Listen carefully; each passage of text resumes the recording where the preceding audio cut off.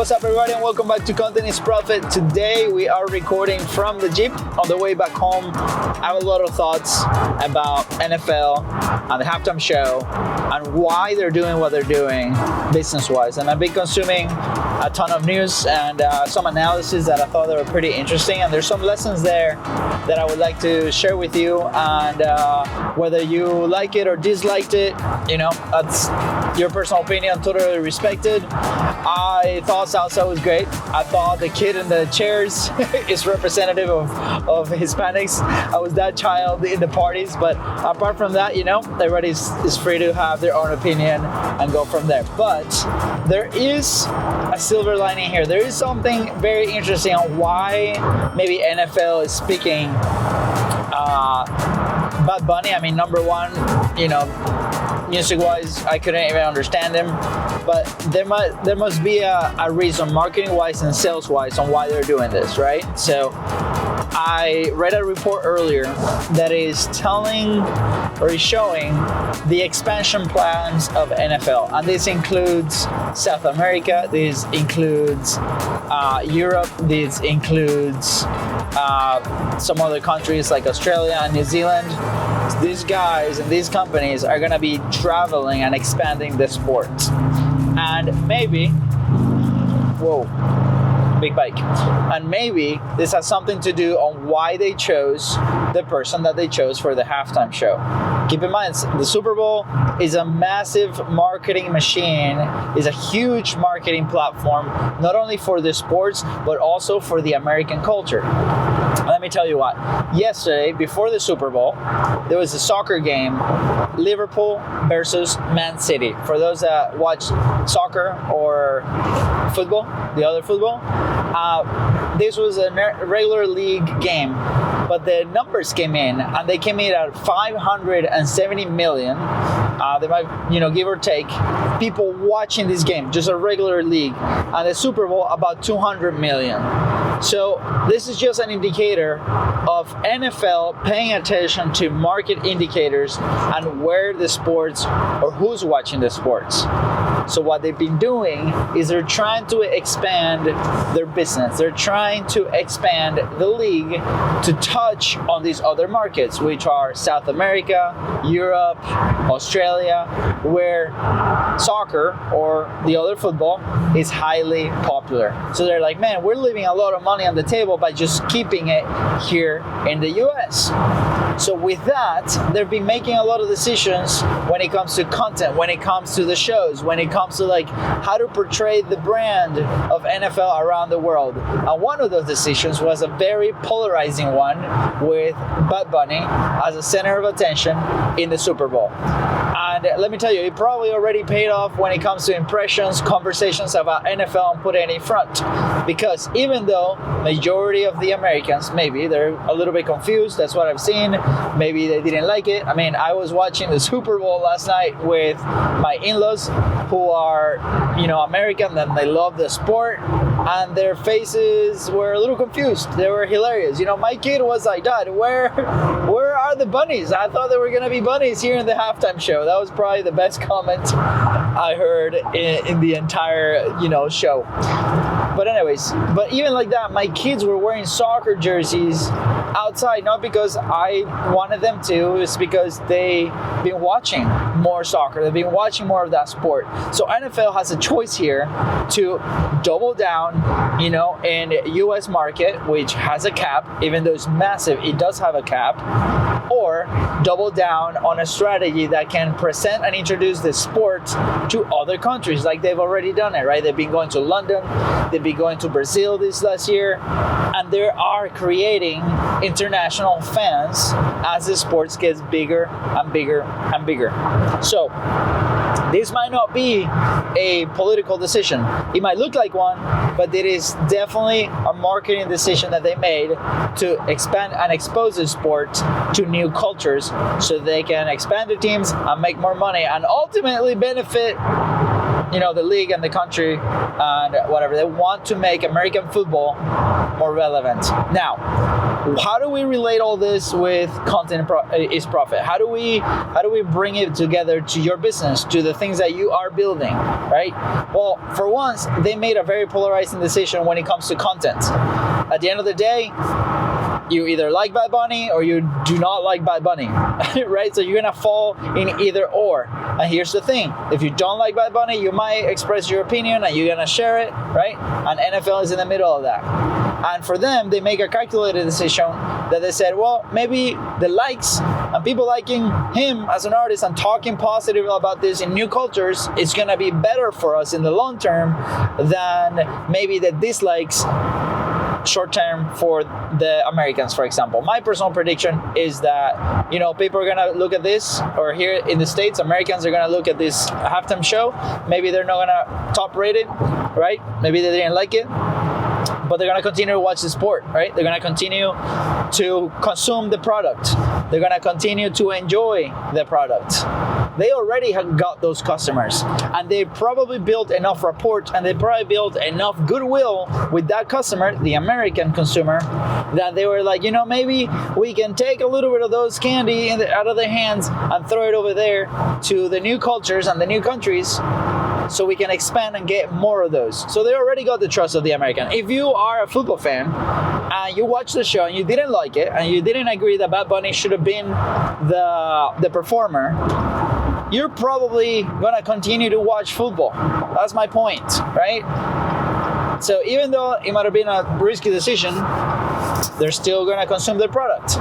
Now, on the other side, people that have never heard of football, that have never heard of American football in other countries, in other markets, because they brought Bad Bunny into the equation, because they lean heavily into that type of music, that nationality, all that stuff, they got to know the new sport, and a percentage of those became consumers, or are gonna become consumers. They're gonna start streaming the games. They're gonna watch them in their countries. They're gonna go to the stadiums when the team goes there. A good example was an NFL game that happened in Madrid, right? The stadium was packed. People were talking about it for weeks. So what they're doing is they're expanding to a new market. And when that happens, message will change. The message will change to adapt to that new market. And current customers or current audiences might not like it. But at the end of the day, that's a business. And at the end of the day, they made that decision because they want to make their teams more valuable, and they want to make their business more valuable, and they want to bring more people into the sport. So, end of the story, I think, personal opinion, calculated market decision to be able to do that. Do they care about their current customers? Yes, of course. I mean, the game hasn't changed, right? The game is not broadcasting in a different language. The game still goes, and you, even though you didn't like the show, if you're one of those people, I can give, I don't care. Then you're probably going to continue to consume the sport. So, as a business owner, one, are you brave enough to be polarizing? We talked about this in the last few episodes, right? Are we going to be true to ourselves? What's the goal of the company? I'm not categorizing what they did, good or bad. At the end of the day, it's a business. They want to make more money. Well, that's one of the strategies that they chose to do. It was a noisy one, for sure. So you have to make a decision in your business on how you're going to market. What is your message? Who are you going to advertise to? Who are you going to speak to? Because when you do, of course, it does have consequences. Maybe you are, maybe you have your first 10 customers and you're changing product, or you're changing the way that you do things. Or maybe you go live and you say something that other people might not like. There's a consequence to that, right? And it's a very real consequence, and it is very scary for some people that are trying to figure out the content. But the other side is too, that if you do that and you share your message and your opinions and what you think and what you believe, customers and audiences that align with you and your values are going to come to you. So this is something that we personally have struggled quite a bit, right? Like it is normal. And I don't think, if it comes to a day where it's like 100%, where, I say whatever comes to my mind, it goes in here and I'm comfortable with that, that will be the day. but we're still battling with that. Even this piece of content that I'm creating right now, the way that I'm creating right in the car is different. It's against podcasting rules. You need to be in a studio. You need to be in front of a microphone. You need to be, all professional, and so on and so on and so on. Right? It's against the industry. But podcasting is just delivering an idea in a long form audio first type platform, right? Even this is disruptive to our industry, for a top 10 marketing show, right? We're doing things different because we are committed to delivering our thoughts, to delivering value to you. Hopefully this is valuable, right? It makes us think on how do we deliver the message, how do we deliver the marketing message to our customers and our audience. So you as a creator, you have to make those decisions every single day, right? If you fall right in the middle between polarizing and not polarizing, then you might not be speaking to anybody, because what we want to trigger emotion, whether that's, if it's a positive emotion, great, but at the same time, a negative emotion might trigger some action. Is that good?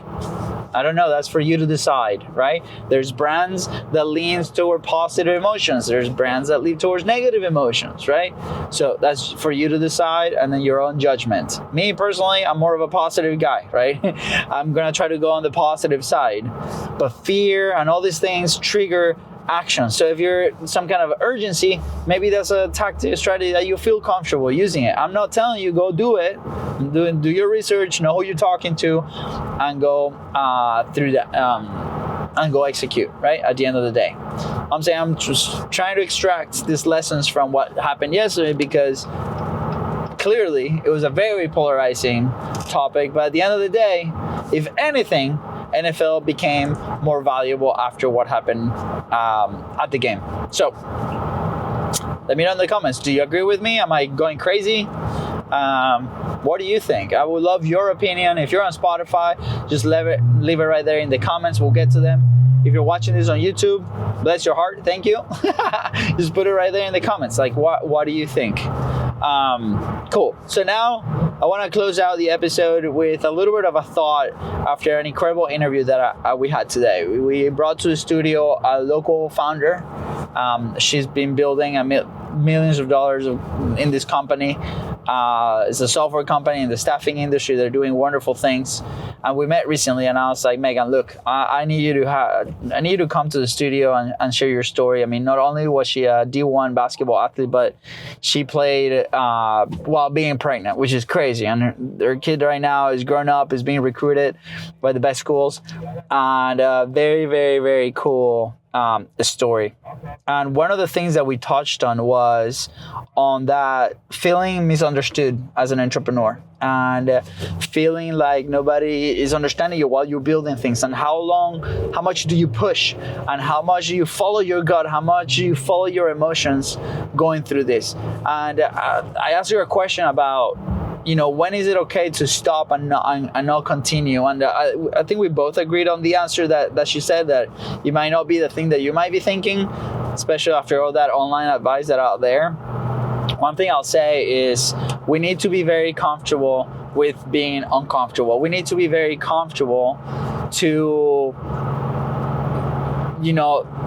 not being right by other people, but like being right by us, and follow what we really think it is. Because if you are in the trenches, if you are working your product, if you are delivering your product, if you are in there, you know what's best for your customer.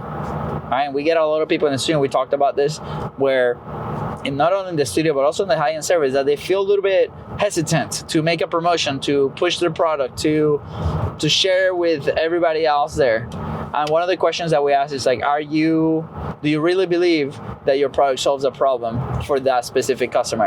And if the answer is yes, you better share the solution with these people. These people need your solution. They have a problem, and if working with you or buying your products gets them the solution faster, it is your duty to let them know that you have it. But that's thinking when I heard that for the first time, we're hesitant to, share our offers and tell people what we did. It was very nerve-wracking. And to this day, I think we're still battling some of that. But at the same time, if you are solving a problem, if you have testimonials, if you have helped people, it is at the service not to let them know. So anyways, I just want to leave you with that last minute reflection. Do not miss the next episode. It's on Thursday. So in a couple of days, it will be the next episode after this one with Megan Hayes. And anyways, a couple of thoughts and rants in the Jeep. Let me know, are you enjoying these episodes from the car? I think the first one that we did was going to Podfest, and now this one. Just trying to be more effective with my time, as I have older kids that are playing sports and I need to get to them. So anyways, let me know what you think, or if I need to go back to the studio, we'll make it happen. But yeah, last thing, if you want to be part of the community, Business Creator Club, you can go to businesscreator.club. We share all the resources there. We have Q&A sessions where we're like literally open book. We're connected with whoever has the answer if we don't have it. And we have people in the studio there. We have random, creators from all over the world that they're talking newsletters, they're talking YouTube, they're talking social content. And we lean very, very heavily on frameworks, because we do believe that frameworks is a good base to then lay your tactics on top of it. And there's some cool plans coming in the next couple months. We're committed to elevating that community even more. And then if you want some clarity, I'm like, okay, Luis, resources and all that is great, but I really need a clear strategy of like something that I can do every single day to get me closer to my goal. Well, that is your one-on-one free challenge with Fonzie. It is called the Clarity Challenge. You can go to businessbros.co/monetize and sign up there for free. There is an offer at the end, but I promise you, after those 5 days, there's gonna be actionable steps for you to take. Actually, from day one, you're gonna be able, Fonzie's gonna send you some homework and you're gonna do it. It only takes 15 to 20 minutes a day, and it's very, very doable. So anyways, thank you guys for tuning in on the road to my home, and I'll see you on the next episode with Megan. Take care.